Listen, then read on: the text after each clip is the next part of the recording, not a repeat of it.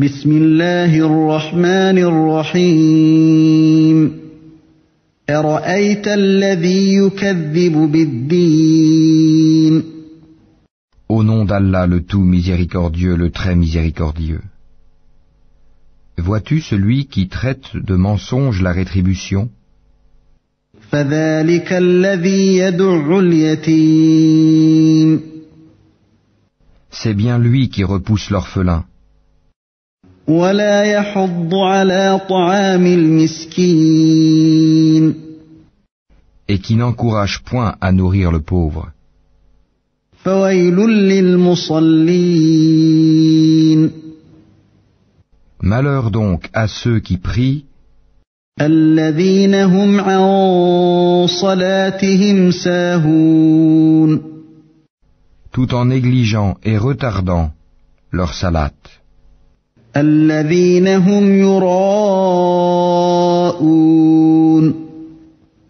qui sont pleins d'ostentation ويمنعون الماعون et refusent l'ustensile à celui qui en a besoin. Malheur à ceux qui prient. De qui parle-t-on? L'ustensile Al-Mahoun, verset 4. Malheur donc à ceux qui prient. Ce verset est réputé pour être appliqué aux musulmans qui négligent la salat en la retardant. En réalité, si nous faisons attention au contexte du verset, il serait pratiquement impossible de l'imputer aux musulmans. Nous sommes en face d'une sourate mécoise très ancienne, la 9e de la Révélation.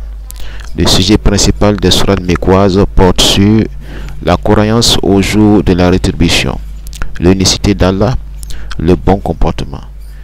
Qu'est-ce qui caractérise ceux qui ont le malheur sur eux en prière? L'ustensile Al-Mahoun, tout en négligeant, verset 5, tout en négligeant et retardant leur salat. Retardant est un ajout pour interpréter la nature de la négligence selon le traducteur. Le malheur de ceux qui prient n'est pas relatif au retard dans l'exécution de la salat parce que les 5 salats obligatoires n'étaient pas encore prescrites. Pour comprendre l'origine de ceux qui ont le malheur sur eux lorsqu'ils prient, il faut revenir à la 4e sourate révélée, Al-Muddassir, le revêtu d'un manteau. Au verset 42, qu'est-ce qui vous a acheminé à Sakar? Ils diront, nous n'étions pas de ceux qui faisaient la salat. Dans cette sourate, ceux qui font la salat sont les musulmans. Et ceux qui le disent sont les associateurs qui regretteront au dernier jour de ne pas faire partie de ces musulmans qui, avec Nabi sallallahu alayhi wa sallam, font la salat près de la Kaaba aux premières heures de la révélation à la Mecque. Au verset, le revêtu d'un manteau Al-Mudassir, verset 44, et nous ne nourrissons pas le pauvre. Et nous nous associons à ceux qui tenaient des conversations futiles. Et nous traitons de mensonges le jour de la rétribution.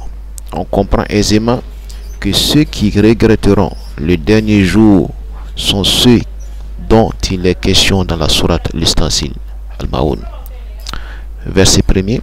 Vois-tu celui qui traite de mensonge la rétribution? C'est bien lui qui repousse l'orphelin et qui n'encourage point à nourrir le pauvre. Alors, la question qui taraude notre esprit est la suivante.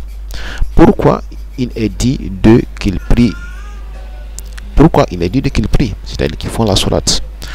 Nous nous associons à ceux qui tiennent des conversations futiles, parmi lesquelles